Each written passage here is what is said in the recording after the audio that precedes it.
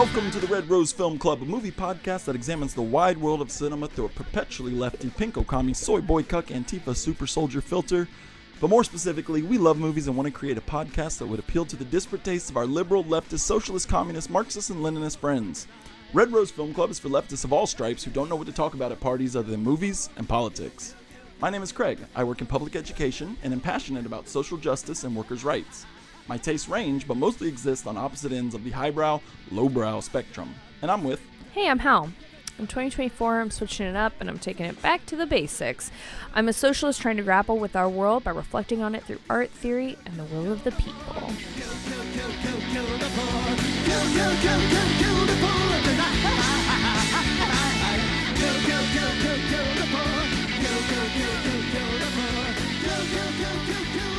So, Craig, what other pop culture are you getting into these days to start out the year? Yeah, well, the first movie I watched of 2024 was a good one, and it was on our last episode. We talked about 2024 New Year's resolutions for movies, and one was that I wanted to watch more movies by this director. It was a bit of a blind spot for me, and that's Brian De Palma. Whoop, whoop. And I watched Body Double for the first time, which is a dope-ass movie. Yeah, I fucking love this movie. Sometimes I think, like film critics or people engaged in film criticism will be like, Brian De Palma's trying to be Alfred Hitchcock, and I'm like, so what? He's great. Yeah, it's like, well, first off, and I think that this, like, obviously I guess the comparison would be Rear Window, but this movie does so many like interesting different things than Rear Window anyways. I mean, there is the voyeur aspect, but like other than that, it, like, to me, it was, I had made a jokey note that it's like the Inception version of voyeurism, right, where it's like you're a voyeur watching a voyeur, and you are the voyeur. And I think there's like some interesting commentary. Like, it's not just, like, it is like, schlocky in parts and like intentionally like lurid and, transgressive, but I think there's like a lot of, there's a lot of artistry in his version of schlock, lurid transgressions. For sure. And I think it's very much, the saying, like, when you point your finger, your thumb points back at you. Yeah. Like, that's very much, it's about the way in which filmmaker and performer and audience are all implicated. And that guy who's the lead, I cannot remember his name, and it's not a guy that I know very well. Craig Wasson. He does, like, there's several like great moments where, like, so in Body Double, he is house sitting basically, and his buddy who is staying at the house says, "Hey, look through this telescope because there's a woman that every night, you can see her get naked, and she does this sexy dance." And while he's peeping on her over the course of the next few nights, he sees another person peeping on her, and is like, "Oh shit, he's up to some nefarious stuff. I gotta intervene." And there's so many like quiet moments where like he's like, "Oh, I'm gonna tell the cops about this," and then he's like, "Wait, hold on, I was doing the same thing. He hasn't done anything worse than what I've done yet, so let's see how this plays out." And so much of the movie is just a guy going, "Fuck, let's see how this plays out." And it's good. It's like one that had me guess until the end, which really good. I liked it a lot. Yeah, and I love the tunnel scene. Yeah. Where is shot really good. beautifully. Yeah. And then I saw Eli Roth's Thanksgiving, which is like hella fun. Throwback slasher, really fun, really cool. And then I saw a pretty mid movie, which was one that I just clicked off of, and now SALTBURN, the new Emerald Fennell movie. Did you see that? I did. I watched it in the last week, actually. And what did you think?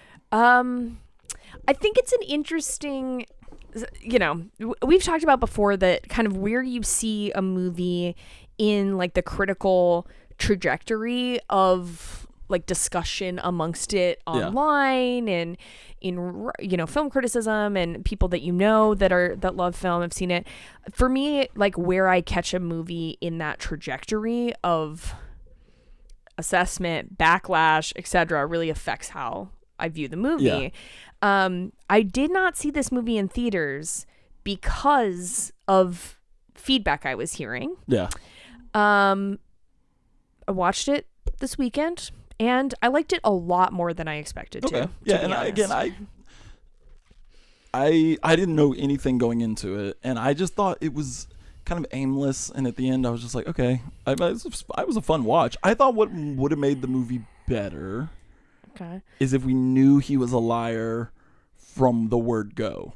See, I did. This is actually the opposite of my critique, which is that the monologuing at the end treats your audience like they're fucking stupid. Oh, for sure. And I hated it. No, I meant it didn't. But what I'm saying is, I did know. Like, it was obvious to me that he was producing these machinations. Yeah. Because there is no, like, middle class kid that's going to be swept up into this. He was not. I mean, I think Barry Keoghan is hot. I'm not saying he's not hot, but he's not hot. He's not stylish. He's not funny. Right. Yeah. They're not like Cinderella. That's not the reference I mean to make here. They're not making him. They're not Pretty Womaning him. They're not trying to make him over or something. The only way that he could be embedded in this is if he's a little snaky piece of shit who's trying to climb the ladder. Yeah. And once the sex scene with Venetia happens, it's clear that he has motivated. Well, that. there are definitely like huge signs that he's a liar. You just don't get the full extent to what degree he's lying until later. But because but what would you gain from that being explicit? I feel like it would have been more fun to see how he interacts with the family, like knowing that he actually has the upper hand in this like weird estate. I don't know. I think that would have just made their interactions a little bit more exciting. And I just feel But I think like what is successful there is that despite him being conniving, they're still in control. Yeah. Right? Yeah. Like in terms of them shaping the social environment that he's found or has injected himself into, is that despite his like planning and scheming, he still can't like quite predict what those interactions are going to look like because mom says some insane shit or Richard Grant. It was funnier than I thought. I like that part of it. And Richard Grant I wish he was in it a little bit more. Delightful. Be honest, he's always great. There are really fun performances in it. Yeah, I didn't dislike the movie. I just it just felt like it amounted to less than the sums of its parts. Have you ever seen Theorem? By Pasolini? So Theorem, I think, is like probably Pasolini's just straight up best film. And it's a stranger played by Terrence Stamp as a young man in the 60s, infiltrates an upper class family and proceeds to like seduce and fuck them all. Hell yeah. And because it's a Pasolini movie, it's really a metaphor for Jesus. And this movie is not nearly as good as that. Yeah. But I think it's kind of fun, especially if we didn't have all the fucking monologuing explaining exactly what he was doing at the end. I hate that fucking shit. Just like trust your audience to not be idiots, please. Which is a classic problem with Emerald Fennell. I will say I like this movie a lot more than I like Promising Young Woman, which I hated. I know. I think we've talked about that before. I hated that movie. But there's like kind of this fun inversion happening where it kind of feels like if someone if we kind of delete the monologuing, it feels like if someone made Theorem, but instead of it being about Jesus, it's about the devil. Yeah, that's actually. And so I really liked it. I also think, and since you said you didn't like see a lot of this criticism, part of the criticism that I was seeing was that like, oh, this movie thinks it's so fucking edgy and it's not. And I do think that like the movie is successfully edgy. I mean, the man fucks a grave. That was cool. That was crazy. I was like hooting and hollering during that. But yeah, I was expecting to actively dislike it. And maybe it's one of those circumstances where like the expectations I had actually worked in its favor because I was like, oh, this is better than people have been putting forth. But I do think Emerald Fennell needs like a better editor who tells her to stop. Him and S. Craig Zahler. Him? Emerald Fennell is a woman. Just now learning that. She's Midge in Barbie. Huh. The pregnant Barbie? No clue. That's her. Just knew the name. Did not realize. Well, Emerald, get S. Craig Zahler on the line and y'all both find a better editor. What about you? What have you been watching lately? I had no clue she was in Barbie. Yeah. Yeah, she's an actress, like, first. Oh. I a couple days ago started reading Detransition Baby by Tori Peters. It's it's not a movie, it's a book that came out in 2021 and was like very sceney. It was very popular then, and I bought it towards the end of that year and just never read it. It's been sitting on a shelf. But it's about a trans woman who is asked by her ex, who is a trans woman who is detransitioned and is now presenting and identifying as a man, and that man, the ex, has impregnated a cis woman. Okay. And asked both women to raise the child with him in a triad of confusion and evolving feelings. Gotcha. So I'm only about 50 or 60 pages into it, but I really like the way it's shaping up, and I feel like this year for me, this was true last year, but I think in a more crystallized way this year, it's gonna be a year of reflecting on like my own gender and gendered experience and what that looks like moving forward, and I'm enjoying playing in the sandbox. The other thing is I rewatched Once Upon a Time in Hollywood. That was my first movie of the year. I woke up, I did not go out on the 31st, so I woke up at like my standard like 6:30, 7 a.m. time and just started watching Once Upon a Time in Hollywood. So that is literally how I greeted 2024. It's really hard for me to say because it's like picking children that you love and revile. But I think it's like my favorite Tarantino. I don't know. I need to rewatch it because I've only seen it once and it was in a theater and I had kind of a miserable experience because two people were fighting in the theater. Not like it didn't come to fist fight, but like it almost did. But like, do you know, like you're in there's a bad vibe going on? Yes. So it was like that for the first like hour. Like you could just like, you shut up. Like you just heard like shit like that. And I was like, what the fuck is going on? And so like for the first hour of the movie, I was like on edge because I was like, what is happening? I don't like that these people are. There's something happening. And then I remember it was the Bruce Lee scene that they finally like, do you want to go? And like stood up, and I was like, what the fuck? And so like that like whole part. Yeah, it's hard to have like it's hard to have the full experience. Right, so I was like not really paying attention to the first like hour because my attention was divided in like, am I gonna have to run out of here? Is there like is this gonna turn into something? And I haven't seen it since, so I want to rewatch that one. You should definitely revisit it. I liked it quite a bit, but I still want to rewatch it and not be able to be focused on not catching astray. I think this is my like 5th or 6th watch of it. Shit. I would say. I saw it twice in theaters, and then I've watched it a couple of times a year since then. It came out in 2019, so like probably in that range. Things that stuck out for me on this rewatch. I really think that this is Leonardo DiCaprio's best performance. Yeah. Like he is so good, and he's best in the context of his acting, like the acting that he's doing within the shows in the movie. And the other thing that sticks out to me is like I really think this movie is about the ways in which movies can save us, but not in like a heroic sense, but just that like constructing our own fantasies as an avenue for escaping the things that ill us. I vary a lot in watching it and how I feel about the Bruce Lee scene. To be honest, like I feel like it kind of changes every time I watch it. Like sometimes I watch it and I go, this is about constructing Cliff as a liar. Like this is his own myth making, right? We're not seeing this as a scene that's happening. We're seeing like as Cliff would tell him about it.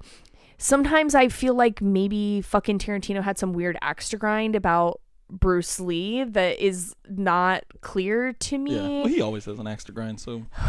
Right, but it's like, the way when Bruce Lee is depicted coaching Sharon Tate in later scenes in the movie, I think it's done in like empathy isn't the right word, but it's done in like treated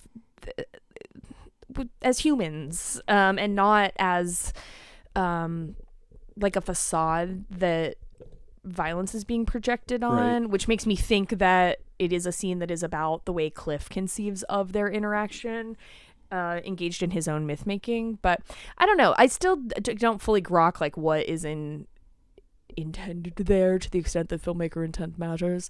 But really the rest of the movie is primo shit to me. I like it because it has twisted my father into knots about what he feels about Quentin Tarantino. Interesting. My dad is like he listens sometimes, so I'm gonna try to say this without. He hates being called a boomer, though he is one. So that says really a lot about boomers in general, right there. But he has a very boomer mentality about Quentin Tarantino that like he just cannot get like style in a movie is secondary to like he wants every movie. In my reading of when we have conversations about movies, if it is based on anything on a true story, it should be straightforward and to the point and to the facts. And he does not like anything stylistic. And this was also like, Quentin Tarantino was like, obviously I was 13 when Kill Bill came out, and I was like a little movie nerd, so like I loved him, and so that was like and Kill Bill's like my dad's the one that cartoony is what he always says, cartoony. It's so funny. Like, does he like? Hey, Dad, do you like Smokey and the Bandit? I use that as an example because one, my dad loves Smokey and the Bandit. Two, it's a movie that I would consider to be boomers would have been like teens while watching it, and it's very cartoony. The action is extremely over the top and exaggerated, which is like every time I was like, well, don't you think that might be the point? Nah, but so like he hates Inglourious Bastards because it's rewriting history, and he hates Django Unchained because they're rewriting history. And then he got to Once Upon a Time in Hollywood, and he like watched it somewhere recently. He's like, you know what, I really like that. But that ended, like, he just doesn't know what to do with the ending because it's not the way it happened. It has twisted him into knots about how he feels. Once Upon a Time. Right. It's in the title. Yeah. It's fictive. But yeah, I do like that it has made him twisted in half, trying to figure out how he feels about Quentin Tarantino now. I'm very curious to see. I mean, of course, there's no universe in which I wasn't going to see The Critic when it comes out. But I'm very curious to see, because I think he's obviously been very engaged. He's been engaged in meta-analysis of film his entire career through his collage making with, exploitation films into his own movies.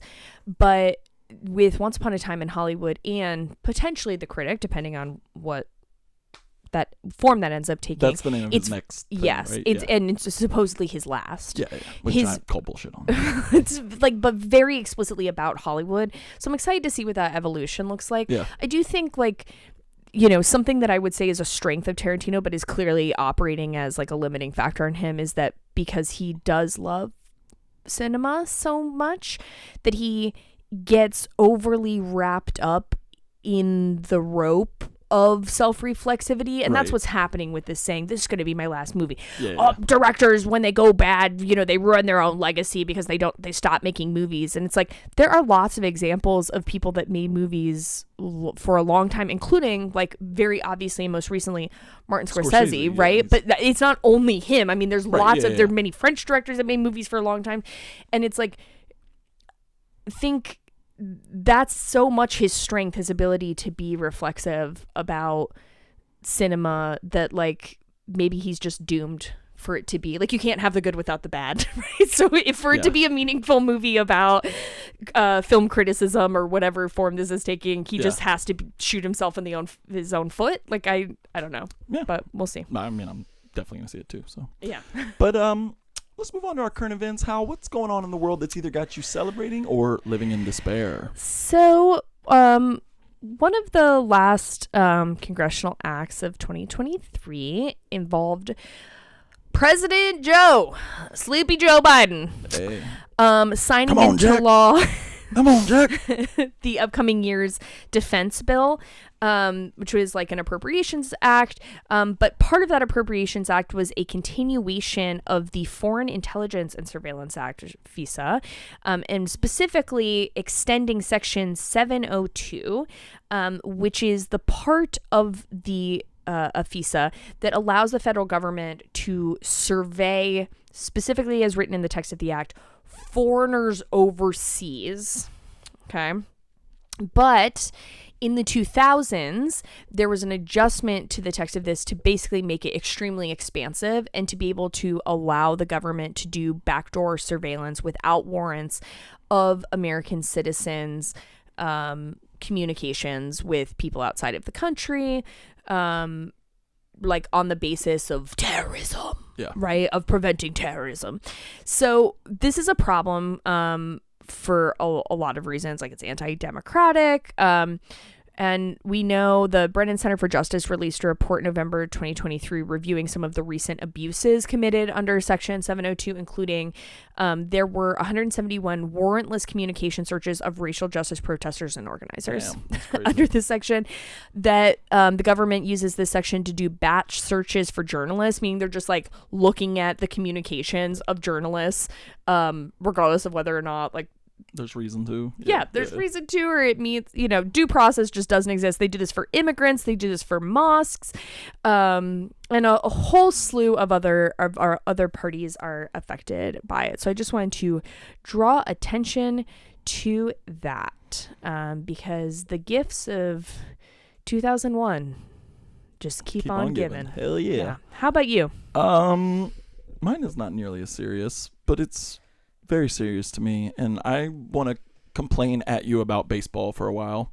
Are you following any baseball news lately? The Ohani, that's all. Yes. So Shohei Ohtani, who's like the best baseball player maybe ever. He's only been in the league for a couple years, but he's doing shit that nobody does. If you're not a baseball fan, it is unheard of that a pitcher would be a decent hitter. Like, normally pitchers that's their full-time job. They pitch. There's designated hitters to hit for the pitchers. Pitchers don't hit. They're terrible at it. Shohei Ohtani can throw 100 miles an hour and then hit a home run, and he is a freak, and he's really fun to watch. And he was recently acquired by the Dodgers, who then also got Yoshinobu Yamamoto, who's like this phenom pitcher out of Japan, and then got even more players, two of which were from my team, the Rays. So basically, the Dodgers are like, I mean, there's always been a money imbalance in baseball, but now it's gotten to like comical levels where the Dodgers' salary this year is $140 million, which is almost exactly $100 million more than my favorite team, the Tampa Bay Rays. And it just stinks because it makes sports like less fun. I don't know necessarily what to do about that, because I do think players should get paid, and they should be paid, compensated in equal parts, and there is already a kind of not that efficient luxury tax on those rich teams. I was going to say, do you think that there's a way of making that more effective I don't or know. more redistributive? I almost said that word right, I think. I don't know. I think there should be like stronger salary caps for teams, like not how much you can, like almost like a fantasy draft where you go in with like this much money.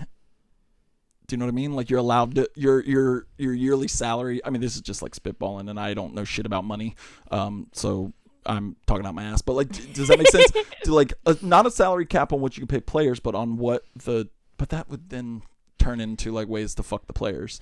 That's why I think like I feel like the tax makes sense because it doesn't negatively impact what the players can earn, but it says right that if you spend X, then Y percent it has to be reallocated. Like, you put that in a pot that then gets reallocated to other teams. That is what they do. I think they should just like up that or revamp that, because it's crazy. Like, what did I write down here? So I was looking this up today. In the last 20 years, there's only like in baseball, in all sports, like, you know, get your big market teams, your small market teams. Big markets are usually in the big cities. Those are the teams that spend a ton of money. The small markets are the opposite. in the last 20 years, there has been one small market team to win a World Series, and that was the Kansas City Royals. And then I looked, because there's 5 teams that have never won a World Series. That's the Rockies, the Brewers, the Padres, the Mariners, and the Tampa Bay Rays. Boo. All 5 small market teams. So, like, it is affecting, like, clearly it is affecting, like, the sport, the game. Like, you have, I mean, it's so stupid to say it out loud, but yeah, more money is, you're buying your wins. And maybe if I was a Dodgers fan, this would be a completely different conversation. But what makes it even more frustrating is I am a Tampa Bay Rays fan, and Tampa Bay Rays are renowned for having the best farm league in MLB. Like, they have, for the last 15 years, consistently had, like, one of the best farm leagues, which means the Tampa Bay Rays are fantastic at cultivating young talent, bringing them up, breaking them into the major leagues, turning them into superstars, and then not having the money to keep them. So, the Dodgers this year have 5 players with $100 million plus contracts, and 2 of them came from a trade with the Rays. So, anyways, it's not even baseball season, and I'm already complaining about it. But I don't know. And like, the other part that sucks is, like, Shohei's awesome. Like, I'm gonna root for that dude. And this Yamamoto guy seems like really cool. He has a freaky release. Like, if you watch him pitch, like, he moves in slow motion in, like, his wind up in his arm, and then all of a sudden it's just like a rubber band, like, whoosh, like it's he'll be fun to watch. But yeah, I probably will complain more about baseball between now and April when it starts. But well, the good news, dude, is that it's our podcast, and I get to. But anyways, baseball's still great, even though it's maddening, and even though the Tampa Bay Rays still haven't won a World Series. Have been in the finals several times, right? Twice. They waited the World Series in 2020, the COVID year, and they made it in 2008. They lost to the Phillies in 2008 and to the Dodgers in 2020. So we got to end this California-Pennsylvania supremacy. Fuck. Well, the Phillies are doing that on their own, so they'll be all right. But anyways, do we want to dive into the movie that we have gathered here today to talk about? Why not? All right, so we are going to talk about the 3rd feature film from S. Craig Zahler, written and directed by S. Craig Zahler, that is Dragged Across Concrete. While it hasn't always been enjoyable, tracking Zahler's conservative fantasies across 3 films has been an interesting experiment. With Bone Tomahawk, his debut feature, Zahler's politics were fairly subdued, relying on old Native American tropes that even in the 21st century most don't bat an eye at. Brawl in Cell Block 99, Zahler's 2nd film, is a wannabe exploitation film that ultimately serves not to criticize the state's prison system, but to tacitly endorse it as a necessary tool. But Dragged Across Concrete, a bleak and misanthropic crime saga, is S. Craig Zahler taking off his mask and going full fascist Super Saiyan. Starring Mel Sugar Tits Gibson and Vince Vaughn, Dragged Across Concrete is a 2.5-hour exercise in I knew I was going to have trouble with that one. There's another word coming up in a while that I'm really going to have trouble with. I practiced saying it so many times. Dragged Across... Fuck. You know what I was thinking earlier, too, was, like, how proud I was. Like, I don't think I've ever had to redo the intro, and I nail it every time. And now... Dragged Across Concrete is a 2.5-hour exercise in misanthropy. Nope, I'm going to cut all that out. What it lacks in interesting characters and compelling narratives, it makes up for in cringeworthy dialogue and side plots meant for little more than to trigger the libs. And whereas Bone Tomahawk and Brawl in Cell Block 99 earned some merits on their 70s style crime throwbacks and bone-crunching fight scenes and practical effects, Dragged Across Concrete is just boring. At 2.5 hours long, it is a slog of uninteresting dialogue, side plots that meander and unravel, and a lot of just really casual racism. Conservatives love making fun of libs when they are virtue signaling, a derogatory term typically aimed at left-leaning people who vocalize social inequities as a way to say they're simply trying to show how good and virtuous they are. But this whole fucking movie is just a dumb conservative virtue signal meant to froth up anyone with a thin blue line Punisher sticker on their unscratched Ford F-150. Fuck this movie, I really didn't like it. What are your initial thoughts? I think I liked this movie a little more than you did. Okay. I did not like this movie, but I actually like the meandering subplots. Okay. I think that those are its strength. And as I'll dig into, I'm going to say a couple of other things that I'll dig into more as we progress through the plot, but kind of as an overview of my thoughts. I think this movie is very much, as you brought up with kind of like how much racism's in it, etc., is very mask off about conservative hypocrisy, which is almost interesting. But narratively, this means there's no moral tension. Because usually moral tension in something like this would arise because the characters are going to do something, know that they shouldn't, and feel fraught about that. Right. Nothing. These characters don't. And thus there's no meaningful conflict behind their decision making. The absolute worst parts about this movie are its explicit preachiness, which is by far the worst of all three of them. Like the other two movies don't really have those scenes where there's just like looking at the camera, people talking about how stupid people hate cops are or whatever. The Don Johnson scene is just like a Tucker Carlson. Yes. Like why? Or like a PragerU section or something. Especially when it's funneled through Zahler's attempts to be moderating. So we'll talk about that when we dig into the Don Johnson. And then once again, this motherfucker is like deeply Hobbesian. Like he just, Zahler thinks that everyone is horrible. Yeah. There is no hope for anything. And that it's really nihilistic in a way that I feel like usually conservatives are aiming or levying as a charge against leftists, but is so much more clearly embodied in like their most explicit political works, right? Yeah. So you want to drag me across this plot? Am I forgetting? Did anyone get dragged across concrete? No, it's just talked about. Don Johnson makes a reference to when Don Johnson is pontificating about how Mel Gibson's character is too evil, dude. Like he's losing his heart. He's losing his soul. He says something to the effect of, you're getting scuffed across concrete. I should have called it that.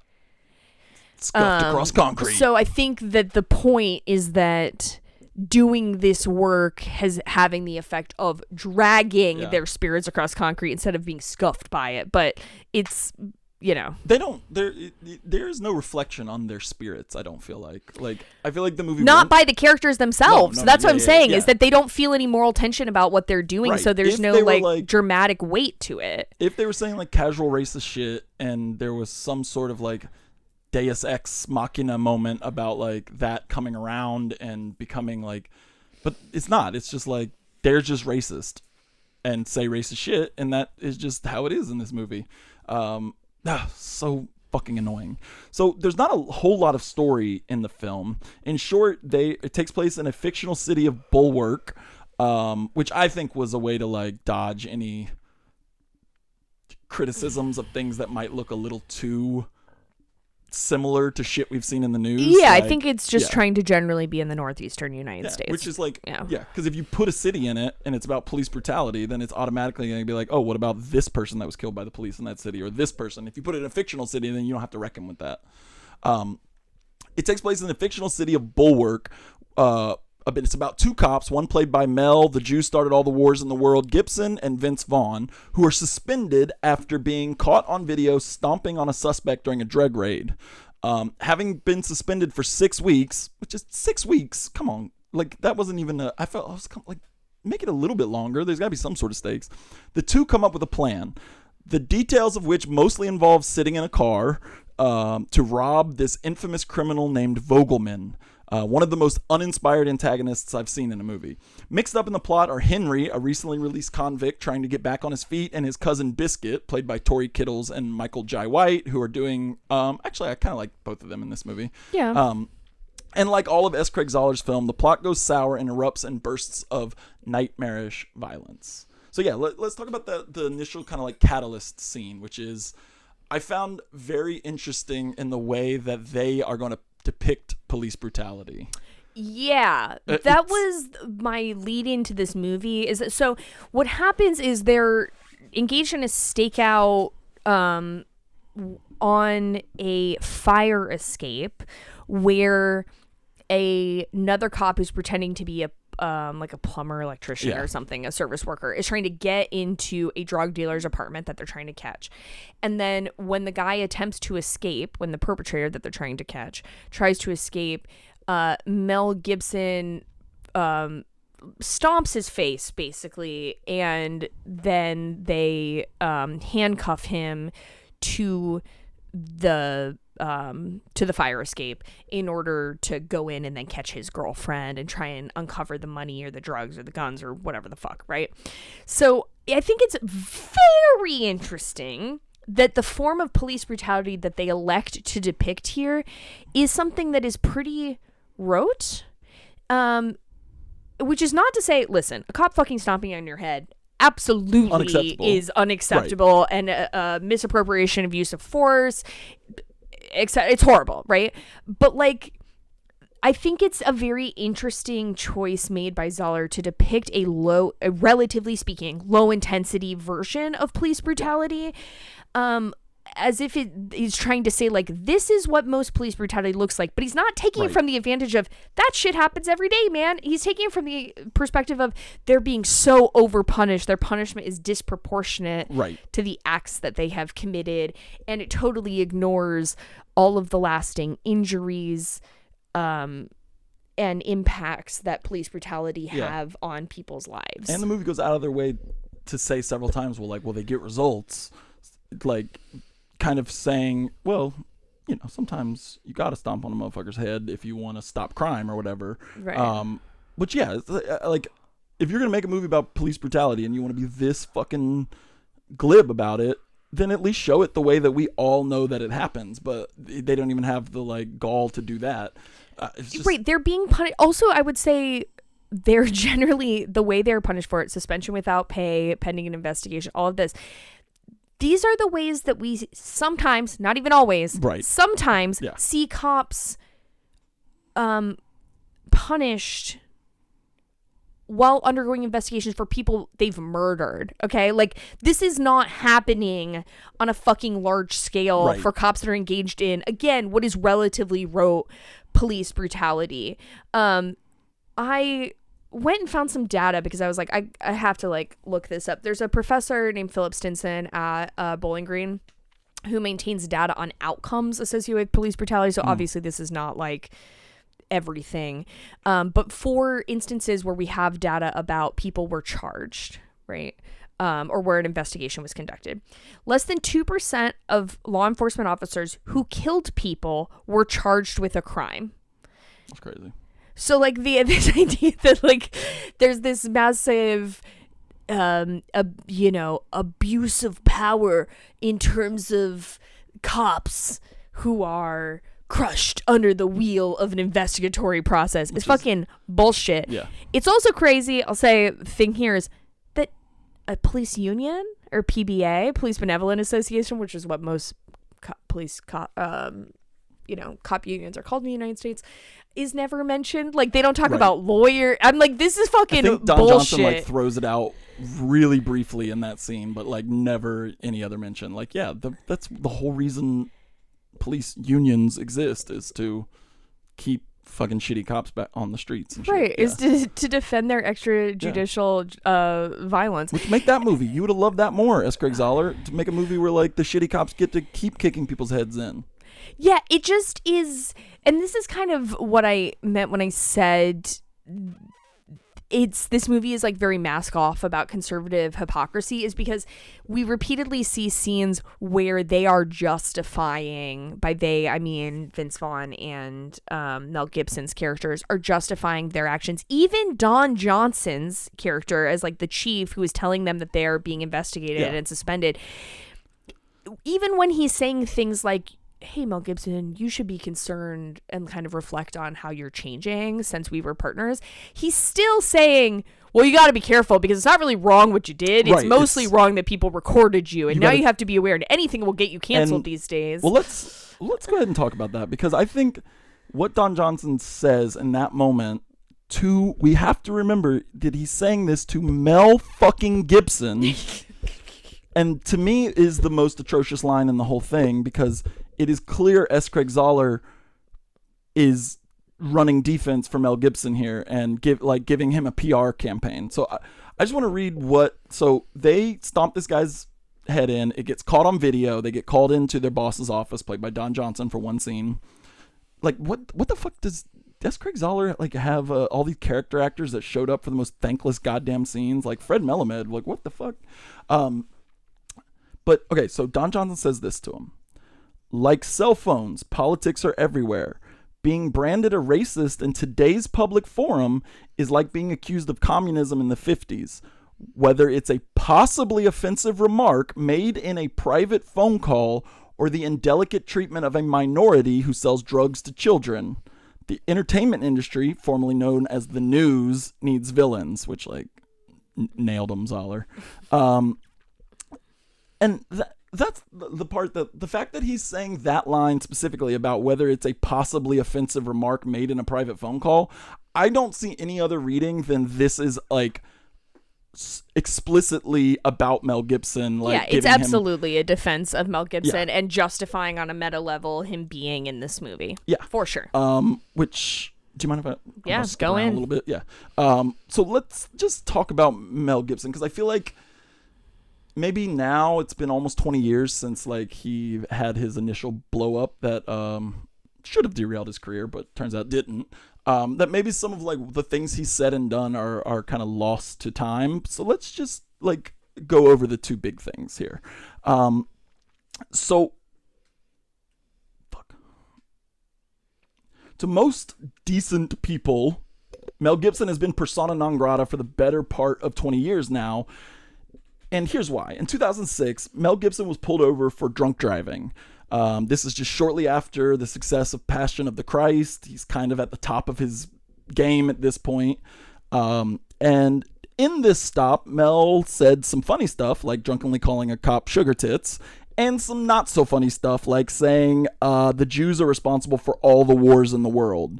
Mel Gibson later apologized for being drunk and disorderly, but put most of the blame on the cops who leaked the footage. The next part, I'll just real quick trigger warning for just disgusting, racist and abusive language. So if you don't want to hear that, just skip forward a little bit.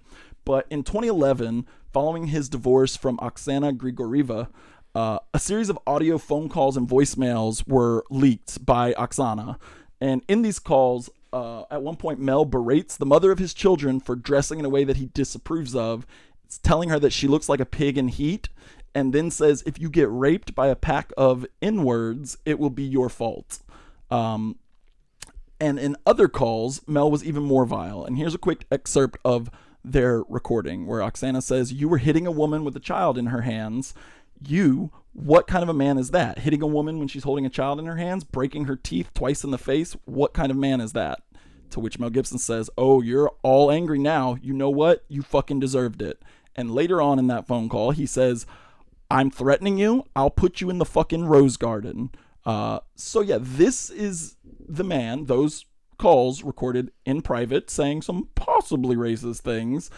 To me, there's no other fucking way to see that scene with Don Johnson and not see it as a wink to the audience saying, we know this is about Mel and we're here to give him a little bit of a break. Yeah, I don't know. Am I reading too much into that scene? Do you think? No, I think that it has to be, one, because of the context of Mel Gibson and him being justifiably blackballed for, like you said, almost 20 years, and then kind of re-emerging 10 good occasionally. Ones, we'll say. Yeah. He was nominated for an Oscar fairly recently. Yeah. And then kind of popping up in more recent times, right? It's obviously an effort to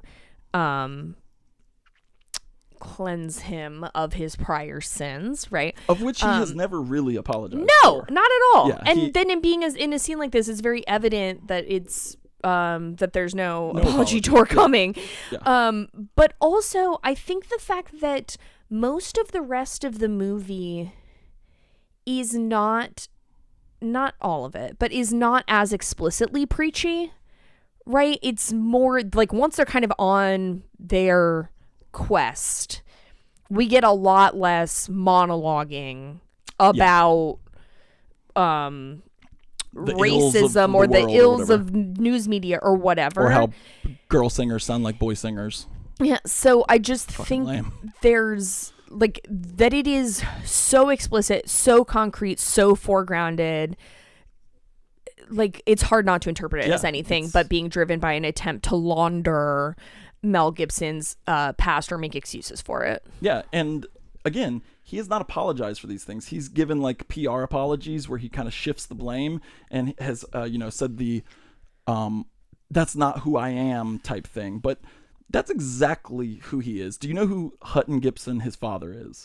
I do not know very much about I want to talk about background. him for a little bit because I already knew this guy because as someone who occasionally watches InfoWars, I know that Hutton Gibson's father has appeared on, or Mel Gibson's father, Hutton Gibson, appeared on InfoWars at one point because Hutton Gibson is a fucking anti-Semite crazy person who, like, once you learn a little bit about him, you see that the stew that Mel Gibson was fucking marinating in, and this is not his behavior, his hateful behavior is not aberrant. So Hutton Gibson was a railway worker in New York in the 50s and 60s, and he got in this accident that fucked up his spine, and he got a nice settlement from the city. Fearing his sons would be drafted into Vietnam, classic, Hutton moved his family to Australia. So actually Mel Gibson is from New York, but we always call him Australian. That is kind of where he got his start with Australia. This is where the Mad Max of it all comes from? This is where the Mad Max, yeah. Wow. Because he started in Australia. Like, yeah. He grew up in Australia.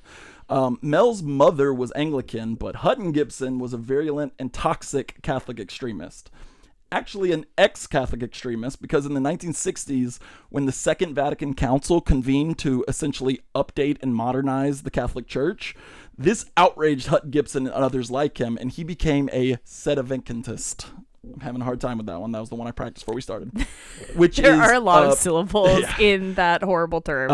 And which is the term for ex-Catholics who reject the authority of the Vatican, specifically after this Second Vatican Council.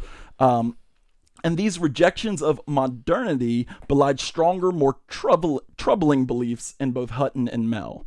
Because you see, where there's smoke, there's fire, and when there's one right-winger complaining about modernity, you better bet there's some wacky, insidious beliefs lurking just below. And Hutton's particular obsession was, 3 guesses, you'll only need one, the Jews, of course.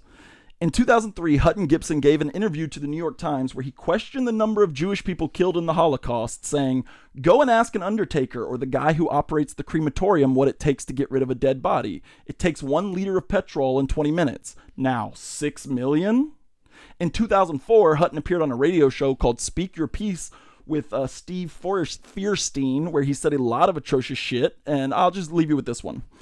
Everybody was out to get Hitler, but he was not that efficient. I've known a lot of Germans. The society I went to school to were Germans, and they were thorough. They were good teachers. They were efficient, and they know how to do things.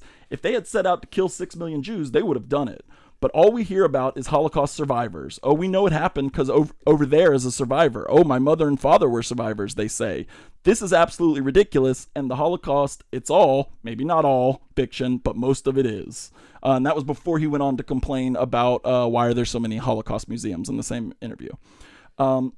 And well into his golden years, Hutton Gibson was palling around with dubious figures, peddling conspiracies and hate speech. Like I said, he appeared on an episode or 2 of InfoWars, and he also spoke alongside a notorious anti-Semite named Willis Carto at several conferences. So Mel Gibson didn't adopt anti-Semitism and racism in moments of drunken debauchery. He was brined in it. And when pressed, his apologies have been half-hearted at best and usually circle back to blaming the media for releasing the tapes. So in Dragged Across Concrete, when Don Johnson practically winks at the camera while telling Mel you can get canceled for possibly offensive remarks you make in private phone calls, S. Craig Zahler is no longer tacitly endorsing Mel Gibson the way Hollywood has done since his anti-Semitic-ness came to light with an "aw shucks, he's lived and he's learned." This is S. Craig Zahler saying Mel is dope and you libtard cucks should harden up. So yeah, Mel Gibson sucks. His father sucked. This movie sucks. I'm sorry. That sounded like I was wrapping it up, but we're not. We're still in the first 15 minutes of the movie. Sorry, I wanted to rant about that because... No, I think it's good. I think that is... that's something that happens with the rapid cycling of news is that folks either forget or missed in the first place or are young and were not awares of what was going on. And I think it's one of the ways that they're able to kind of creep back up. One of the ways that Mel Gibson has been able to try and reemerge is by people like not being aware or reminded of things that he said and did. And I do think the familial context mattered. Like you said, it's not a one-off mistake. There's a established recorded record of him doing it repeatedly. And then knowing that about his dad makes it clear that it's an intergenerational transference of racism, right? Oh, and I left off, which is another, we saw it with Kissinger, another example of like the worst people living to 1 million years old. Hutton Gibson died when he was 101. Fucker. And to give some of those years to Eric Gardner, to Freddie Gray, right? To Tamir Rice, piece of shit. But yeah, so I was furious within first 15 minutes of this movie. So I will say, like, I was gonna wait till the end, but I feel like this is actually a great time to say, because you're saying like within the 15 minutes. Agreed. The things that I like about this movie are the end. Like, once they have identified, like, once we get the main thrust of action where they're on, like, Mel and Vince are on the stakeout and they have identified that Vogelman is getting into a vehicle, and then it starts like the denouement of the movie. I actually really like what comes forth from there. Like the action sequences are done well. I think there is like some dynamicism of like, not, as the viewer, you're not really sure what's going to happen exactly. There's a little bit of mysticism in it, like all the guys that are named according to their glove color, that wear the goggles and the bodysuits, which kind of reminded me of Lube Man from Watchmen. Hell yeah. That would have been cool in the movie. Yeah. If one of them was just Lube Man. And it was also kind of giving me vibes, and what I'm about to say is a little controversial. Nope. Not politically, but in terms of taste. Get ready, listeners. She's going to defend Mel Gibson. No, but I am going to defend True Detective Season 2. I'll go with you to a point. And it kind of reminds me, again, stuff that's happening in the back end kind of reminds me of that a little, where we get like a little bit of neo-noir. There's some mystery. Not everything is like cleanly answered. We don't need to know who Vogelman is really, or why he's doing what he's doing, that I do think is effective. Now, all of the dressing of that is a crock of conservative bullshit. And I also think it's made a lot weaker by the fact that the movie is not visually interesting at all. No, like, why doesn't he borrow, this makes no sense to me. You borrow plot Zahler borrows plot tropes from exploitation movies and does not adopt any fucking visual flair at all. Yeah, the big action sequence, like the standoff at the end, is mostly like static cameras on two different vehicles for a long time. Like just or even just like coloration, or what people are wearing, or how the buildings are designed. You know, something that really set me the fuck off and is in my notes like multiple times? The typography in this movie is boring as hell. It's like literally, it's not quite typewriter font, but it's like very similar. And the closing credits. Why are you not going in on your influences in that way? And I know I'm sounding more impassioned about the racism. I'm not. The racism is blatant bullshit. I just mean, it's so bizarre to me that he doesn't even bother to adapt the visual flares of did a better job at the genre.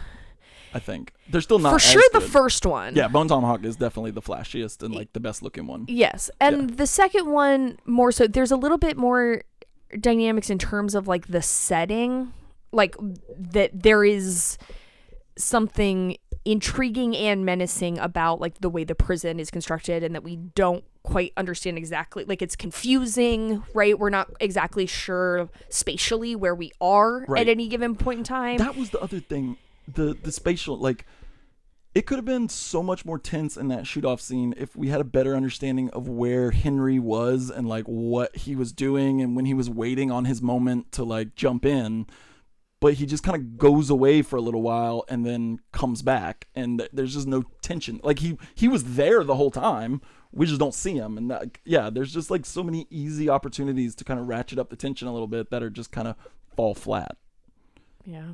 this movie's also boring as fuck. Listen, the dialogue in this movie made me want to pull my hair out. Like, I feel like he watched the like Pulp Fiction Royale with cheese scene and was like, oh, they just talk about like bullshit. That's what like cool guys talk about. And there's so many scenes where they're like just giving each other like busting balls in the most like boring fucking way. Like where he goes, looks like the bank's under construction, and Mel Gibson goes, you want me to hand deliver or mail your genius award? Yeah, like, they fuck? do. Well, and in what's the fucking previous one called? Brawl in Cell Block Thank you. 99.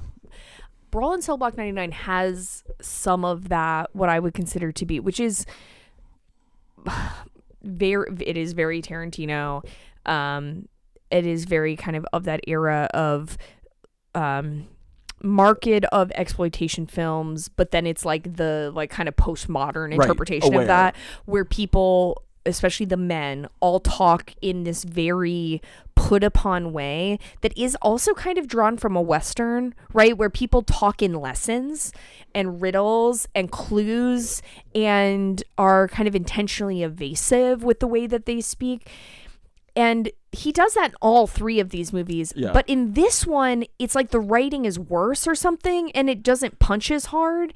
Or maybe it's because when they're not talking like that, they're saying really racist, stupid shit or that both. Just by contrast. Yeah, or both at some time. It's worse. But it's like a perfect example of this is Mel Gibson's character in this has a habit of stating probabilities. Oh yeah, that's so fucking annoying. From his own head about what is a likely outcome. 75-25.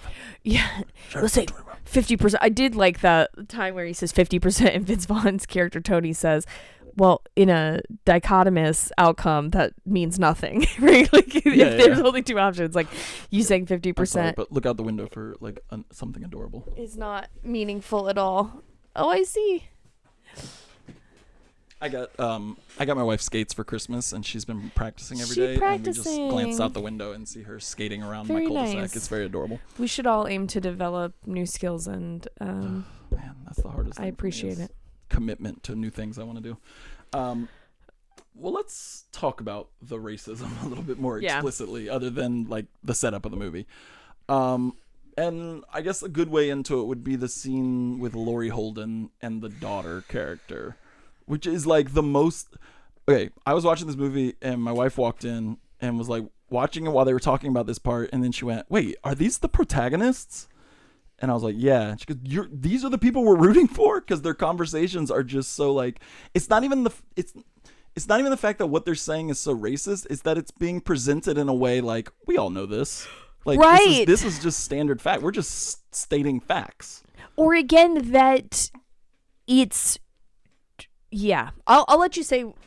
Go ahead and go into it, because I think you have to say this for what I'm about to say to make sense. Yeah. So we see that Mel Gibson's character's family are going through a little bit of a tough time. His wife has somewhat recently been diagnosed with MS, and his daughter is just, well, we don't really see her much. We just know that like people like to throw orange soda at her. She's being bullied. She's being bullied, which they continually refer to as assault. They do. She get an orange soda threw at her. Which like, yeah, that sucks for the daughter, but like bullying is not a racial thing, which this movie is clearly. We see a black kid throws a orange soda at her, and she comes home and she's all upset, and I'm trying to find where I wrote down what Laurie Holden says, and she said, first off, a lot of these characters refer to black people as blacks in the movie, which is that's a weird way.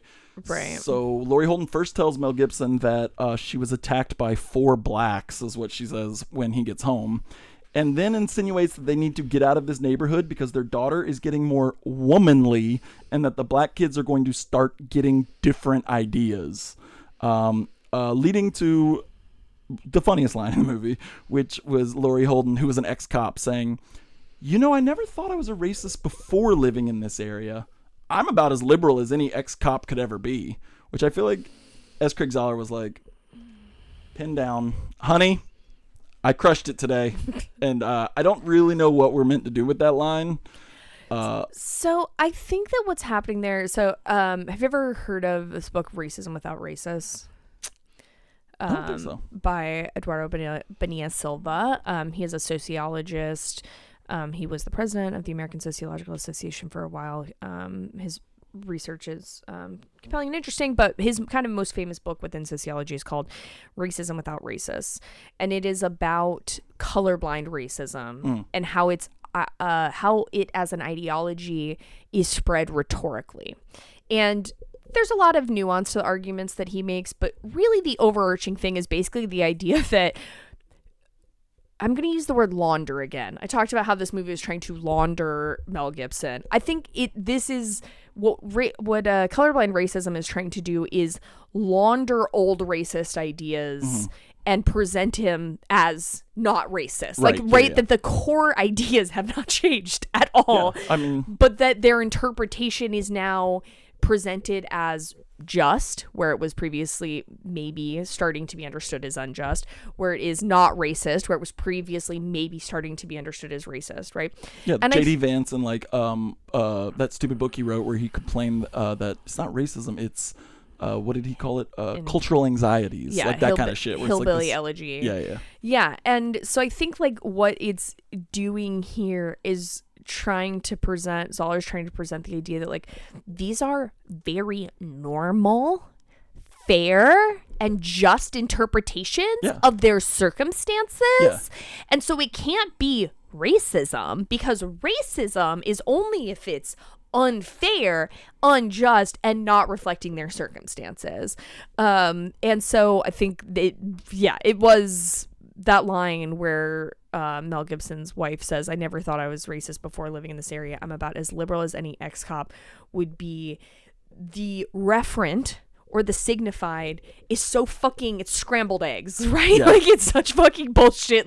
One, that cops are ever liberal, or that there's ever any meaningful, that the term means anything as it relates to cops' power vis-a-vis the people they police, or that if you are not racist, that you can be converted into a racist purely on the basis of objective circumstances, and not because the interpretive lenses that are applied to that. And again, that power plays no role in that whatsoever. You're just an innocent victim of racist-defying experiences. Yeah, and I think it's touching on this thing that conservatives love to do, is that hey, everybody's thinking about it. I just got the balls to say it. It's that thing. We're all thinking this, but also all of this would maybe give you even a sliver, or as Craig Zahler, a sliver of plausible deniability if it wasn't Mel fucking Gibson in the scenes. Every time I'm just what the fuck? It is so crazy that I don't know. Well, and it's it's Mel fucking Gibson, and you're gonna tell me that this is not goddamn racist as shit? I don't know. Right. Again, that's why I'm just going to keep returning to the term of launder, because it's it's really trying to wash clean 100% Mel Gibson, racist statements, racist actions, police behavior, right, of any negative implication by somehow acting as if they're justified while actively making shit up. Right? This whole idea of them being very afraid, which they say more than one time in this movie, that their daughter's going to be raped. Which is with the implication that it's by young black men making it worse, right? They're totally trafficking in the super predator idea here. Yeah. And that Zahler is if I make up a situation where all this shit is fucking true, then racism is justified. Yeah. And then it's not racism. What was the other movie that did that, where the daughter being threatened to be Birth of a Nation? Same plot point in Birth of a Nation. Also, Zahler's cribbing on a movie that's 100 years old. Yeah, there's our homage, is Birth of a Nation. Also, women get treated pretty fucked up in this movie too. Oh, it's clear in 3 movies that Craig Zahler does not give a fuck about women, because boy, they are set dressing in this movie. First off, I did note that the first 3 women we see, which fine, whatever, nakedness and sexuality are a part of existence, but the first 3 women are shown naked, having sex, or both. Well, and it's clear that Zahler views it is bad. Right. Yeah. Right? It's Like, presented as, especially the mom of well, and the Henry. woman before, because I think the very opening scene that we see Henry having sex with a woman that he knew as when they were both kids. I'm not saying the age of it is fucked up. That's not the valence of it. It's that they knew each other prior to, one, him being in prison, and two, her being a sex worker. Is obviously there's not a positive gloss on that. And then we go in and see that his mother is engaged in sex work to fund her heroin addiction, and that is, heavy implication that she's neglecting her other son, who is paralyzed from gang violence. Right. Or it's insinuated. I think he says he caught a stray or something like that paralyzed him. Well, yes, because he went to prison. It's said later that Henry went to prison because he beat the shit out of whoever did this to his brother. Like, literally every person in his family is just like a stereotype of like what like a Tucker Carlson viewer thinks like Chicago is like. Yeah, I don't know. Another reason I think he made it a fictional town, because he didn't want to get accused of it being like too real. Like if you make it a real town in Chicago, then now there's real people. I don't know. That thought went nowhere, but I don't.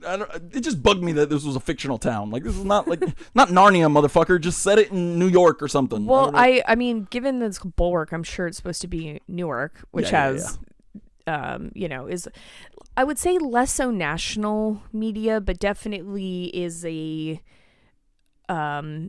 site of political conflict around policing. Oh, yeah. In the United States. Yeah, and a common like example of, for conservatives, of a city traditionally ran by quote unquote run liberals by liberals and heavily black people. So yeah, that tracks as the model city. Can we talk about this Jennifer Carpenter part?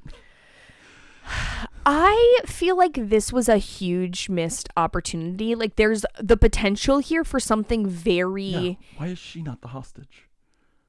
Right. Why is she not the hostage? Or, like, again, if there was more stylistic flair here, the idea of, like, a mother who is experiencing severe postpartum anxiety from being detached from her child, there's a lot of like ripe work there, and it's essentially only put forth, one, to I would say like for conservative grandstanding about mothers in the home, but two, really for the dramatic irony, and then kind of it's tossed aside, and she's her hands are shot off of her body. And then she's shot in the face. Yeah.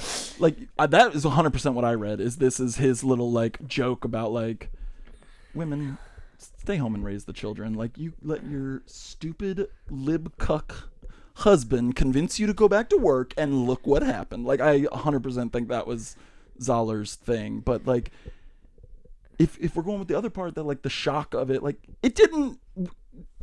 Make it longer then, because you didn't have long enough to like actually get invested in that character. Right. The dramatic irony of it is foreshortened. Yeah, because there's not like, we just have the one scene with her where like, we're like, okay, we could see how that would be tough, and then fingers shot off, face shot in the face, and then we're gonna have a whole sequence where like a hostage from the bank who we don't know becomes a pretty integral part of the plot. Like, make that her. I don't understand why that. Yeah, like, and especially because there could be, as she's because eventually what happens is the hostage is crawling across the parking lot from the van of the quote unquote bad guys to where Mel and Vince are set up, and there could have been lots of missed opportunities there for, if that was Jennifer Carpenter's character, make that about the baby, right? Like, deliver, really nail it home. Yeah. Again, great opportunity for like kind of expanding on the exploitation themes. Like, she could be saying some crazy ass shit.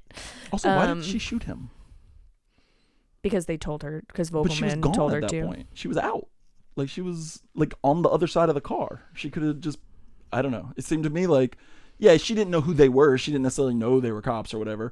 But she did know who the other ones were, and that they were fucked up and super violent. So like, I don't know. It seemed crazy that she still shot him. Plot convenience. I don't know. But yeah, that whole Jennifer Carpenter thing was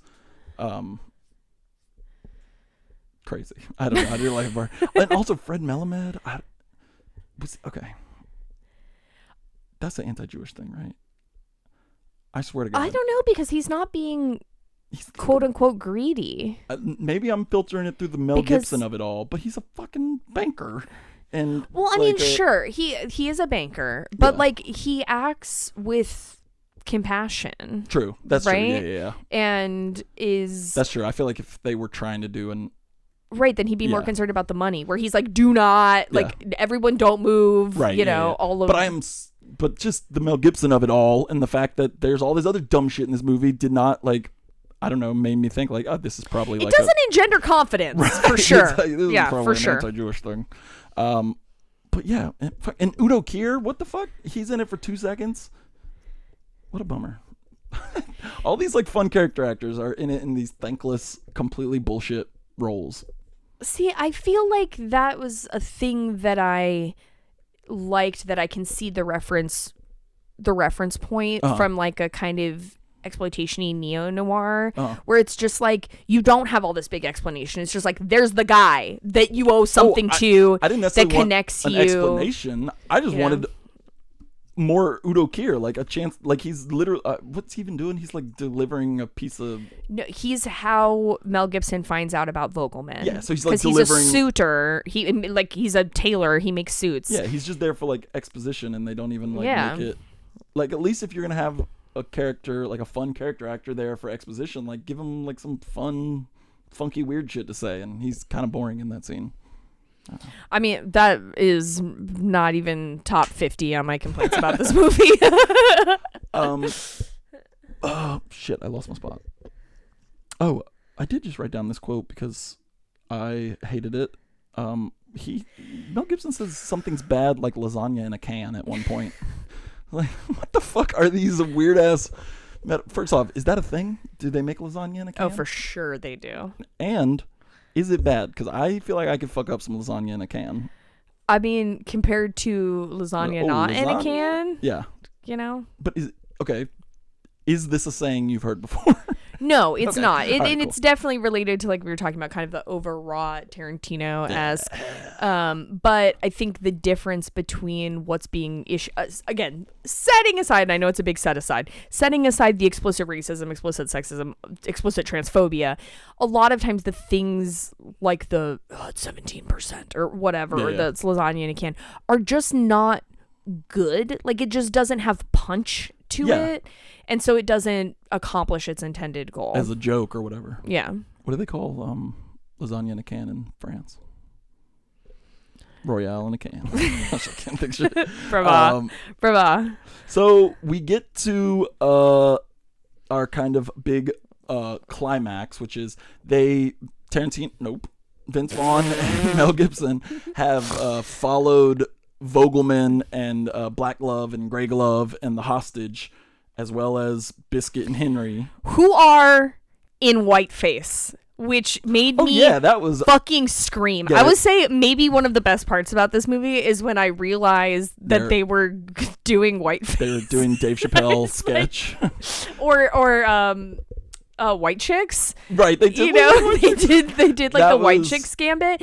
That was funny, and is one of those instances where I was like, here is like a stylistic decision that you made that feels perverse and extreme in the way that like an exploitation movie would feel. That was a positive choice.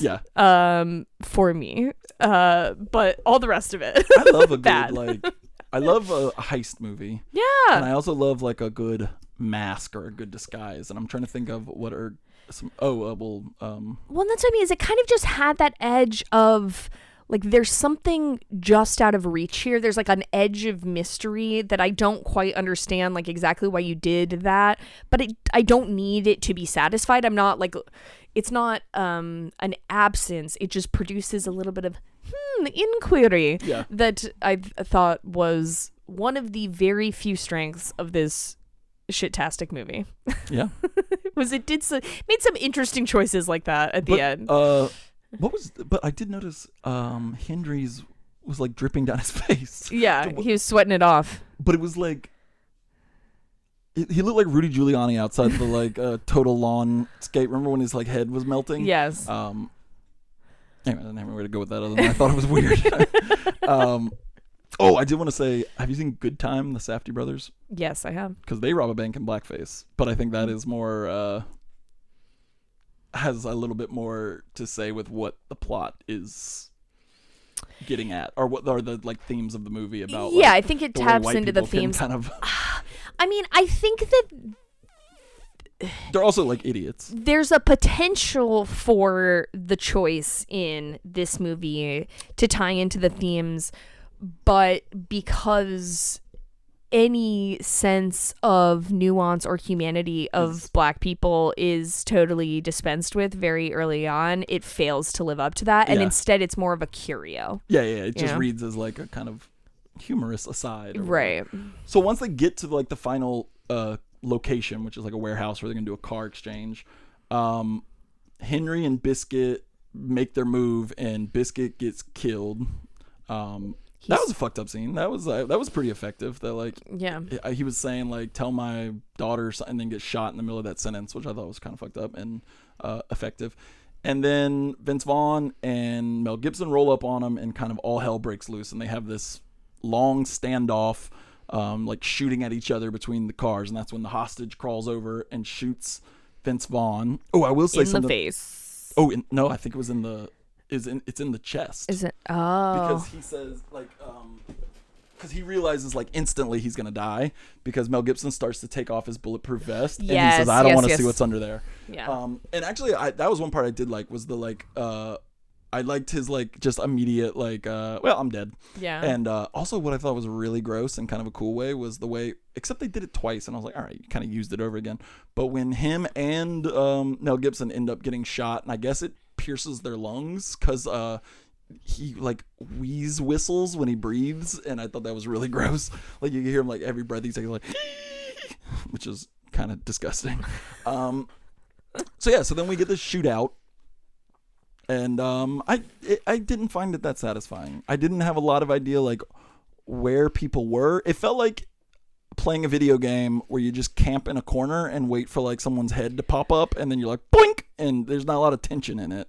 I don't know, did you like the little shootout? Yeah, I liked I'm mostly liked this part of the movie. Thought it was effective. I like when there is this kind of sense of anomic violence, right, where like violence begets violence, and it's a trap that you can't escape from. And I do think that this end series of sequences fits in that, and that is, to me, oftentimes, I don't want to say it's a message exactly, but it's like an interpretation of a lot of like hyper-violent exploitation movies. And I do think it is like accomplishing that here, right? And it's like, in general, no good deed goes unpunished, but also, what if there's just no fucking good deed right in the first place? And I do think that there are like shades of that at the end of this movie in these final sequences. I'll say I think the best part of the movie for me is Mel Gibson and Henry in the car together. That's a cool scene, and I really like when so similarly, like Mel Gibson I guess draws down on Henry to basically get him to erase this incriminating video of him that he had on his phone, and they end up pulling guns on each other, and Henry gets a shot off first, and much like Vince Vaughn, he's shot in a way that's like a mortal wound, but he's not dead. And the line that I really liked is when Mel Gibson's like trying to tell him before he dies, like, please take care of my wife and family, and he's like, I will, and he's like, 60-40, right? And Henry goes, they ain't getting 60-40. He's like, I'll take care of them, but they ain't getting 60-40. I thought that was a cool moment too. Yeah, I wish it would have just ended, like they have that conversation and we see like a box show up on their doorstep, and then it just would have been over. I don't really see the point in us seeing Henry with Malibu his like rich and, his like in this very lavish home, and really see the function of showing them, aside from racism, of the mom and daughter in their apartment talking about where there's just like this loud news alert happening about home invasions that have occurred repeatedly, and then they open up the gold bar. Just fucking end it. Where they talk about that. It's clear that he's taken most of the money. We see some money get dropped off, and then end it and have the credits with some goddamn visual style applied to them. Nope, you're not getting it. You did get. I meant to ask you this at the beginning because I know you like 50s, more girl groups or anything, but we got 2 OJ's songs in this, playing over the opening credits. I did like the music, and that is another place where I see like Zahler attempting to assert some style. Yeah. And obviously the gravest crimes of this movie are its racism, its very explicit racism, it's latent and slightly less explicit but still very present sexism and transphobia, but then like number 3 for me, or maybe 4 if we count sexism and transphobia separately, is just like his lack of commitment to being bold with his stylistic decisions. Like, be as bold with your stylistic decisions as you are with your racism, sexism, and transphobia. Like, what are we doing here? Yeah. You know? We didn't touch on the transphobia that much. Wait, which part were you thinking of? Because I'm thinking of the line in the diner. Yeah, exactly. There's just some like lines when Which is Mel so fucked up and that, like, Vince are talking to each other, where it's just, that's what I mean. It's just casual. It's like fucking toss away. It's nothing. Which actually, when I was reading it back, I was like, I can't even tell if it's transphobia or just general lamenting that men aren't manly anymore.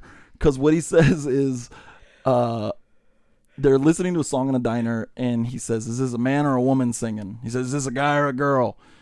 And then he says, "Not that you could tell much these days." And then he says, "I think that line was obliterated when men started saying we're pregnant when their wives were."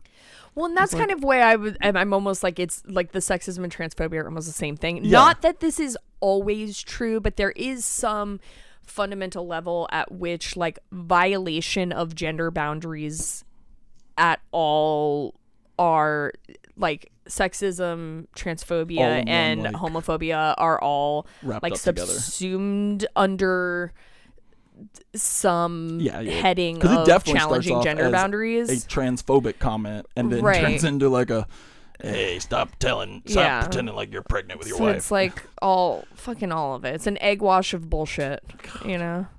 That's the name of my band in high school. Egg wash of bullshit.